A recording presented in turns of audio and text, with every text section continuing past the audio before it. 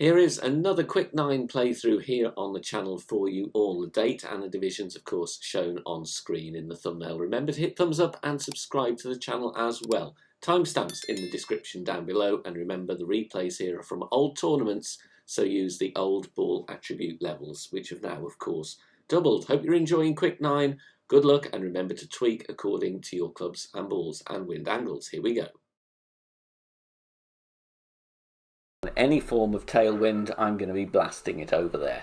Tighten ball, we're going to be absolutely fine. 6 bars of top spin, 2 bars side spin to the left, going with the A pot because we need it for the curl. Max plus 10, push back up to max. Then we're going to go with full overpower.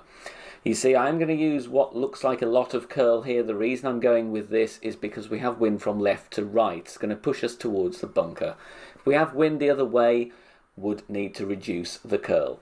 Full overpower with the Titan. Obviously you can go with the Berserker and less overpower if you want to. Hitting perfect, and even though we're using a lot of curl, look, we are still only just missing left of pin. Just rolling onto the fringe, very, very makeable wedge.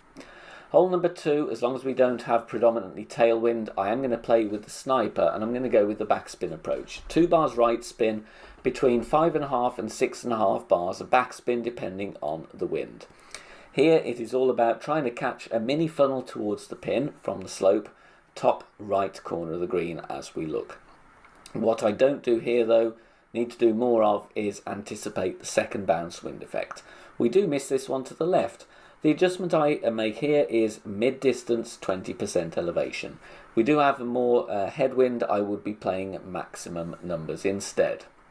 So mid plus 20. And we do get the general idea of it here with a perfect ball. However, this is one where I think a token would be good just to see how much offset you are going to need. As you can see, we do come in too far to the left here, so we either go with more adjustment or we go with more offset to begin with. If we just aim that one more square to the right, we're going to be very close indeed. We have some tailwind here, so I'm going to go aggressive with the Titan. Play with 6 bars top spin. Stupidly, I reduced this to 5 top spin. I didn't need to. 2 bars side spin to the right, stretch out, find our position. Then we are going to adjust max plus 10, then push back up to max. Can go with a Berserker if you want to use less overpower. Here I'm going with max, but I did need to stick with 6 bars top spin. Plenty of curl to the right, almost 1 ball outside the adjustment ring to the right. We do hit great left here, so we are going to be nearer to the rough on the left than we would like, but we still do find the fairway, and that's absolutely fine. Obviously a perfect would have put us a little bit more away from the rough. 392 yards. Obviously if you have more topspin, and if you'd have gone with 6 bars like I wanted to, we'd have been a little bit further, so we would probably have been in max distance Thorn here rather than Grizzly, but we still have a chance. I'm playing here 20% slider plus 10% elevation. I was judging from the minimum distance line how far I was from min. Check out the Academy playlist, tutorial videos for min, mid and max, and also slider and rings from min guidance. So 20% slider, 10% elevation. The ball guide did disappear, however, because there's a lot of flight time before the tree, I didn't actually need to go with any curl. And we dropped that beautifully. Ball guide to hole for an albatross. On this par 3, I would recommend that you're going to bounce over from the right-hand fairway circular pad, because the left-hand fairway that's connected to the green is extremely bumpy. So I'm adding backspin and a little bit of side spin here, depending what the wind angle is doing, of course. Having the blue ring, the kind of top and the left-hand curve of the blue ring lined up with that fairway pad. You can see the ball guide is short and to the right of pin, because that is then going to compensate for the wind push. We've got kind of cross tailwind in this example. Adjusting 1 to 1, so 6 rings for a 6 mile/hour wind. Now, look at the bunker there. If you're adjusting for crosswind in the other direction, it will cause you to adjust down to a lower point, so compensate for that if you need to. But with this setup here in this wind angle, we're dropping it nicely. 4.5 top spin, 2 bars side spin to the left. We have a hint of tailwind here, but it's predominantly crosswind. Red ring touching the rough on the left at max with the power 3 ball. Max plus 20 is the adjustment. Here, what I needed to do, which I didn't, was I should have pushed up 2 or 3 yards because we do drop to a slightly lower point. Half wall curl to the left, and we are hitting perfect. Obviously, if you have wind pushing the other direction, you will need to adapt the curl a little bit. We only just made it across, which is why I said there I should have pushed up a little bit. We do have plenty of room. Bowl-shaped fairway is going to keep the ball in play unless you hit a horrendous great left or great right. Second shot, play true club distance plus 10% elevation.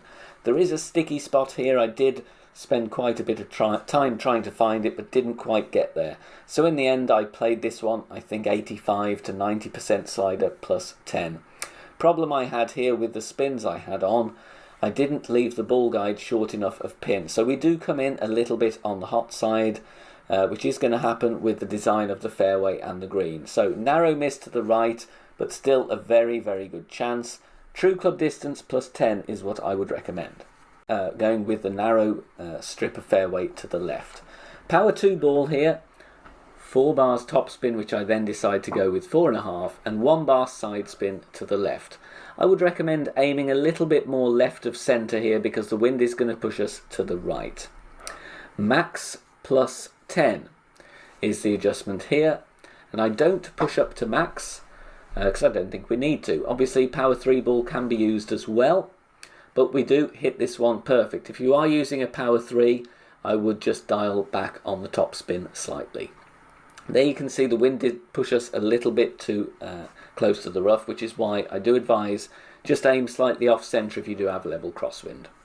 Second shot from here, going to be playing true club distance with the thorn. And I want to either go with no spin or a little bit of backspin.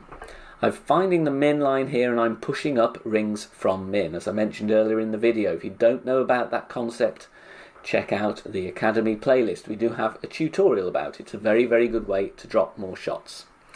I'm pushing up here around 14, 15 rings, so I'm playing this one 15% slider, and because we're playing uphill, I'm going minus 10% elevation. I do decide to go with half a bar of backspin in the end, just looking at the ball guide and judging my experience of playing with the thorn. Pulling over the bullseye here, as I said, 15% slider, minus 10% elevation. We have an excellent chance at a drop here. We're just away on 0 seconds on the clock, but it does drop beautifully for a very nice eagle right at pin.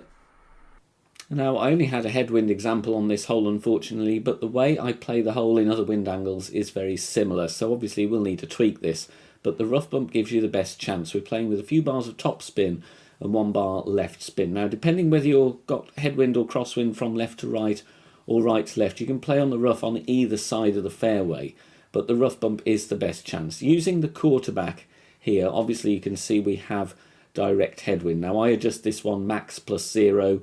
In crosswind, I would usually go mid plus 0. So obviously you will need to tweak the setup a bit with the modifier that's in play on this tournament. But the rough bump really is the best way forward. You can see here I'm just a little bit short of pace, but the rough bump is the best chance at the hole-in-one on this tough par 3. Tailwind on this hole means we can go aggressively and get to green. We're going with 4.5 top spin, 2 bars right spin. I would recommend you play with a berserker to remove the need of excessive overpower. Stretching out there with extra mile 8, and I can just see the third bounce just going into the far side of the bunker, and that's because the tailwind is going to push the ball guide on more than it is shown. So I let my target fall back to max rest.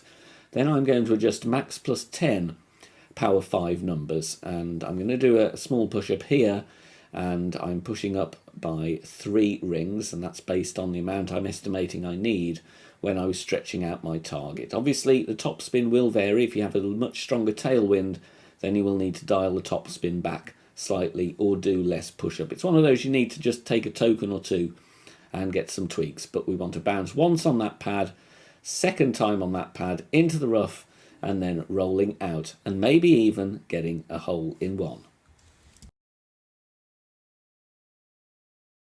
If you are enjoying the free content here on the channel and want to help out and keep everything free, then please consider making a small donation. All donations are gratefully received, and help me out here on the channel, as all of the content here is produced for free in my own spare time. You can do that in one of three ways. You can hit the thanks button here on YouTube, you can make a PayPal donation via the link in the description down below, or you can also join us over on Patreon. Details at the end of the video. We've got an interesting approach here, to be honest, playing aggressively on the second shot. Drive first, though, that we need to deal with, and we are bouncing over onto that circular area of fairway. So add your spins, get your second bounce just beyond the rough. So it's 4 bars top spin, I think, and then 2 bars side spin to the left. Adjustment max plus 15. Because I adjust downhill slightly, I do push up 2 yards just to compensate for the loss of distance on the aim point. Half a ball of curl to the left, obviously, because the wind is going to push us right. If we have wind the other way, you will need less curl. But we're just aiming to get towards the top area of this fairway, and that's absolutely fine. Could have pushed it a bit harder, but I'm still in range. And here, with this wind angle, I decide, do I want to go for a rough bump or do I want to play a containing shot? Obviously, if you don't want to go for the rough bump, just get yourself safely to the green for an eagle. However, 9-hole cup coming up, I do think we need to be a little bit more aggressive. Just trying to find a good position here and mixing around with the spins to try and get a good line to the pin. Playing with a decent amount of backspin, as you can see here. I do decide 2 bars of right spin is the way to go. And look, we've got a nice little route there to the pin. We're not at max distance of club, but the time is ticking on this one. I decide to play it max plus 20. Max plus 20.